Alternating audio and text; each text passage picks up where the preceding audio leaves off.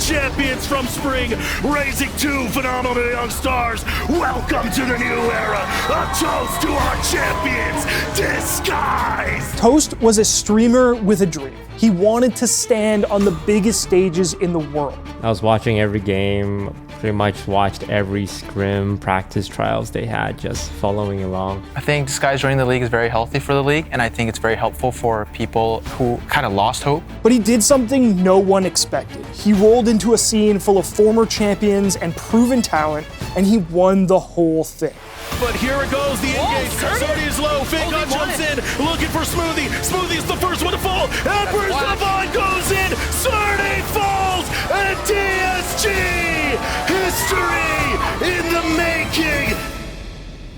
But getting there wasn't easy. Just winning wasn't enough. Everybody in esports is struggling, and even trying to compete can cost millions of dollars. We are in definitely a rough period. You could call it esports winter. I thought about it. I kind of toyed with the idea, but I was like, yeah, it's a money pit. There's no lying. Like, I've definitely thought, like, is it even worth being in it? It's just the reality. Esports don't make money, so it's just nothing but stress and hope and pain. Mad Lions, hold on, and the dream for Disguised is over. Esports is changing. Streamers are going to be a big part of its future. But can your favorite creators really save esports?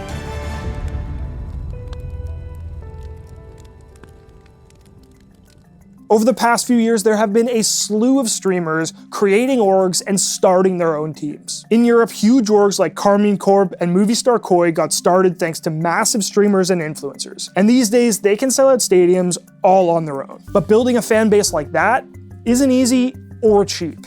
And neither is getting into the biggest leagues in the world. And worse still, streamer-owned or otherwise, esports orgs around the world are finding the path to profitability is very, very complicated. We are in definitely a rough period. You could call it esports winter. Economically speaking, it's definitely difficult right now in gaming in general. In addition to that, there's so many other problems, like over those years where a lot of the orgs brought in VC money and the industry wasn't profitable during those times. The orgs ended up paying the players too much money, and now these VC firms that own portions of the company, they want their dime back. And companies like Riot are working extensively to try to band-aid and fix these solutions, which is why you see the classics in the game. The marketing that Riot did over VCT really impressed me. They would actively advertise for the teams. From a developer point of view, I think they did better than any developer has ever done. When esports was younger, many of the biggest teams were operating thanks to outside investment from venture capital funds. The teams drew in millions of dollars, player salaries grew, and esports exploded across North America as it set down deep roots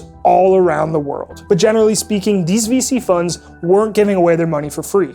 They wanted to see a return on their investment. And over the last 5 years, everyone has realized the hard truth. Your favorite team is probably losing money. And like Sean Gare said, the VC funds wanted to start making money off the space too. And when that didn't happen, the money dried up. And without funding, it's hard to pay staff, players, and well, have a team in general. For a little while, crypto companies looked like they might be a silver bullet for esports orgs. But one of the biggest deals, hundreds of millions in promised money from FTX to Riot Games and TSM, fell apart when FTX dissolved amid scandal and fraud. And these days, there's no two ways about it. The industry is shrinking. The last 6 months of 2023, this past year, was probably the hardest 6 months that I've ever had.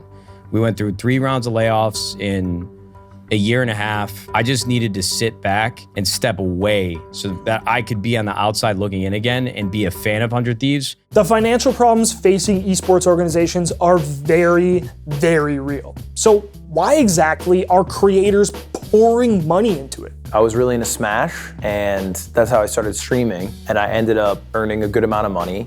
And there was a point in early 2020 before COVID where one of the largest Smash events, Genesis, one of the best players at the time, Zane, got dropped by his sponsor. And he was just looking for someone to help pay him to go to the event.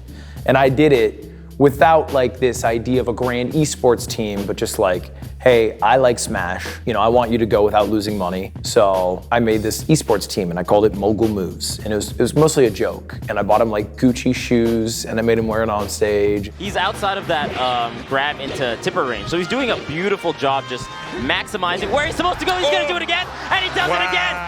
89% save. Playing on fire right now. That was a mogul move. That definitely was a mogul move. Shout out to Ludwig. Shout out to Ludwig. That's the only shout out I'll ever give to Ludwig in my life. And it's definitely the highest my heart rate has been, I think, in the past 10 years. And I got into a motorcycle accident recently. That was lower, because it was just like the tension of like a game 5 set where, you have zero control outside of setting this person up for success by just trying to get him a nice hotel or whatever. And lo and behold, he won the event. Insane. Tried to catch him with the up air, going real high. Oh, that's gonna be insane! Takes Genesis 7 to... That was just a great feeling that I was able to share with him. And I'll never be able to personally do it, because I'm busy. But yeah, so, I thought about it. I kind of toyed with the idea, but I was like, it's a money pit. And so actually Zane went off to sign to another team, and I backed out of esports. Guys, we've been watching the coronavirus for weeks now, continuing to see the market action trade around the updates we get, but the coronavirus is also hitting esports. The COVID pandemic hit esports hard, with events and tournaments forced online in a period of uncertainty. But online, the audience was bigger than ever. And a few years after Zane's run at Genesis 7, Ludwig got another chance to contribute to the scenes he loved. I'm joining as the co-owner of Moist Esports, to which you might say, aren't you being dumb? Aren't you being a hypocrite? Isn't this how you're gonna burn all of your money? To which I say, maybe. And I was like, okay, well, that would take the headache away of like the starting, because like 0 to 1 in esports kind of sucks. And I'd also be sharing in this journey with a guy who's in a very similar situation to me. So it felt like a right fit, and that's why I started it. But Ludwig had a tough job to do. The bottom line is, if you want to compete at the highest level of any esport, you have to win in convoluted tier 2 systems. And sometimes winning isn't even enough. He got to work, eventually signing an up-and-coming roster of Valorant pros with the help of FPS legend Sean Gares. Ludwig's dream was to roll through tier 2, working his way into the highly competitive Ascension tournament, and then the VCT. But in esports, things don't always go the way you plan.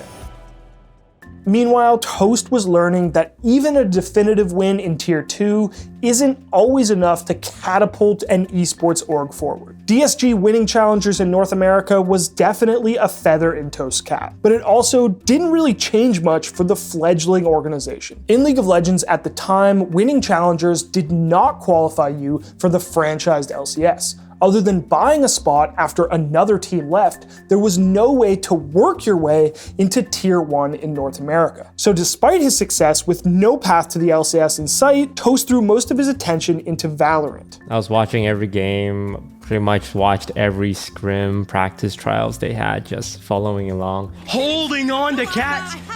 Holding on from behind that aftershock, and now Scuba in a 1v1. Does he have any idea that there's a man back? Yeah!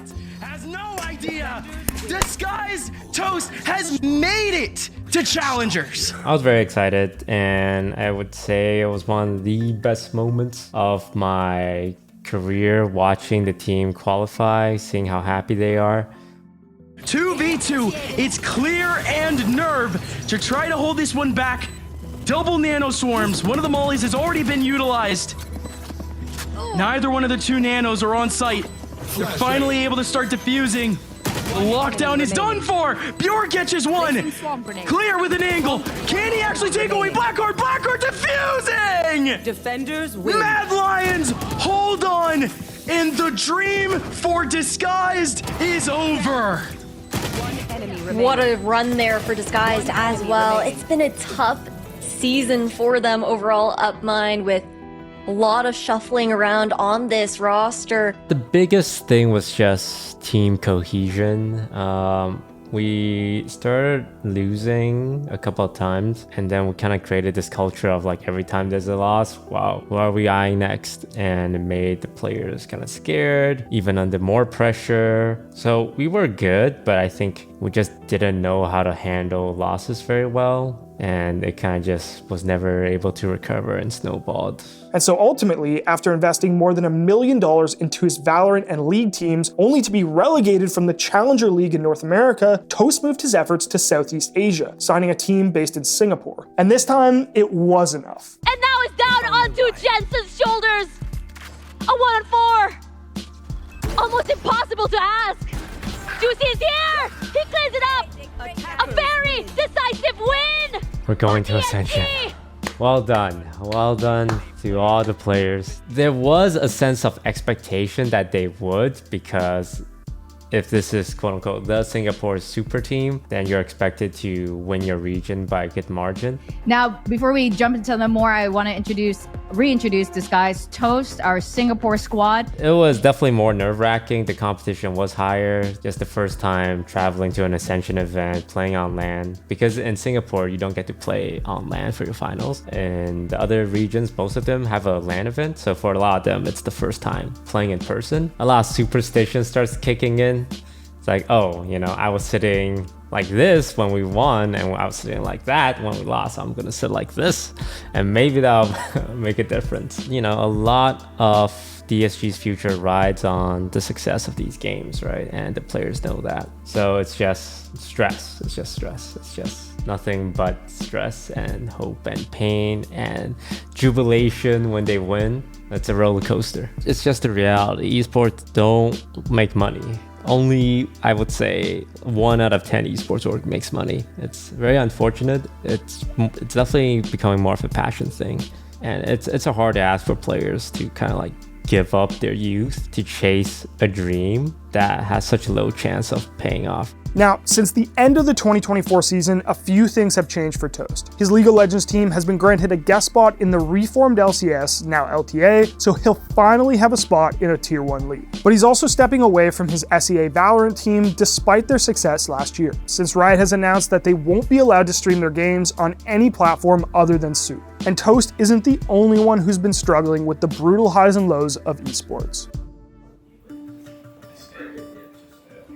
I mean, it's all or nothing. I think it's a pretty flawed system, but I guess it makes it more sweet if you qualify, but it's also more heartbreaking if you lose. I definitely think at this moment's time, Challengers is kind of disappointing at the moment, just because there's no incentive for orgs to actually invest into the Challengers, especially with it being such a gauntlet. Like, it's actually like cruel. You're choosing a career that is extremely competitive, like choosing to be an actor or a musician, right? The employment rate in these fields like 0.1%. The same thing is true for organizations. You need to come into something like Challengers, and you need to have a plan on how you're gonna survive and how you're gonna exist in the space. And what we've seen in the past couple of years, there's really only 2 ways to make it work. One, you either have deep pockets and you're willing to make a big bet because you're looking at ascending as that big payoff, or you run a scrappy, creative, small team with a small infrastructure, small footprint. The idea of coming into Challenger and spending a lot of money, hoping to make a lot of money, is just not realistic, and it's not gonna work. So teams need to really adjust how they are operating. Looking at this Moist Moguls roster, this team is on the rise even higher than they've gone already. Now they're here in playoffs, and they're coming off of a dominant group stage run. Plant cannot come through, though. Not immediately. Orbital Strike gonna get called in. That's all used over towards Lamp side. Go to P. He's been a playmaker for his squad. Tries to deal with the barrier orb. Is this the moment? Spike's still not planted yet. It will come down, though, eventually. Trent doesn't stop it in time. Down to Brock. 1v2. Both players gonna swing this likely together. There's the challenge! Bang! Brock gets both! And it's an eBay clutch for Moist Moguls to strike down the guard and make it to the winners finals! Yeah, so the reality is we were the best team going in by record. Not only were we the best going in, we won. We made it to winners finals. And then we went up against M80, which we knew would be tough, and we lost. And then we get eliminated. No mistakes in this post plant. It's already been tapped once. That's a big kill. He saw the second. Sim needs something else here, and he's not gonna get it. Which was tough, man. It was tough because we were 1 game away from making it to the Ascension tournament twice and lost both. So, Ludwig's team came painfully close to making it to the Ascension tournament in 2023. Right now in Valorant, that's the only way for an up-and-coming team to make it into Tier 1. The system is brutal, and falling just short twice was a blow. But it was also clear that his team had potential. So heading into 2024, they made some changes. They had a chance to be acquired by Shopify, who have started to put some serious money into esports. Ludwig joined up with the same man who helped him sign his team in the first place, Sean Gares, and they called this new org Moist X Shopify. And after several roster changes, they went into 2024 with big expectations. But that season wound up feeling eerily similar. And once again, they fell just short of making it to Ascension. A 4v4 Rolling Thunder Hunter's Fury waiting for a sound cue, but it's Flya's Rolling Thunder that comes out first and no one checks the corner under pressure! It's Sim yet again! And now it's only Flya, and it's a 4K from Sim to send Moist Shopify out of playoffs! TSM, ascend! But Ludwig's attitude was different after 2 years of almosts. At the end of the day, I found out through that first year that's more important than maybe this like far-fetched goal of mine is like setting up these kids, man, like, you know, teens, early 20s, like these young pro players' careers to be the best careers they can be, and like setting them up right, you know, making sure they're in a good situation, they're playing well, and then they're also like taking care of themselves. I grew much more attached to the individuals than I maybe would have expected going in. For me, like MXM was very secondary to like, you know, I mean, back then it was like Flya and a Proto and Brock and all the guys. So if one has a bad game, it's like, I hope he feels confident still. I hope he still thinks he's the shit, because he should. Moist X Shopify and Disguise, like it's definitely like God's work. Like they are putting in a lot of money to just kind of develop the scene. And obviously there's no like real incentive to it. You don't really get rewarded for it, but it definitely is really good for the scene. And it does help like all these really young, talented players develop. Now the question is, are we now taking too much time away from these players, like Mata, who was #1 player in Challengers, if you ask any player in Challengers, from expanding his career, from going to the next level, right? After this year, I was totally hands off, and I let them field as many Tier 1 offers as possible, because I understand it's unfair to the guys to not let them explore the best career path for them possible. NRG announced their roster. They've added Mata, who's been kind of a demon in Tier 2 for quite a while. Everything seems lovely there. Esports is a tough industry. It's brutal, it wears you down, it's competitive, it's expensive, and sometimes it feels like it's impossible to succeed. But it's also a place where fans and gamers can feel connected, part of something bigger. At the end of the day, that's a big part of what we do every day. It's probably a big part of why you're watching. And for big creators, some of that connection is built in. Ludwig and Toast aren't the only ones to have noticed that. In Europe, Cadril is months into running his own League of Legends team. It's early days, but hey, the Baus solo killed Faker. And huge organizations like Carmine Corp and Movistar Koi have their origins with creators too. eBay, Kamedo, and Prime just got started a little earlier, but today they have thousands of fans who are happy to fill stadiums and cheer for their teams. Look, esports wouldn't exist without a lot of work, but it takes a lot of passion too. And there's a good chance that your favorite creators are where they are because they started out by loving something in much the same way. So maybe it's not crazy that they're the ones stepping up and investing in the spaces they love, even if the return on that investment might not be there yet. Can streamers overcome all the problems facing the industry as a whole? Of course not. But they might be able to get some new fans to start watching, and whatever esports looks like in a few years' time, one thing is never going to change. We need fans, exciting and vibrant communities. We need people to laugh and cry and cheer. That's what it's all about. It's all about you.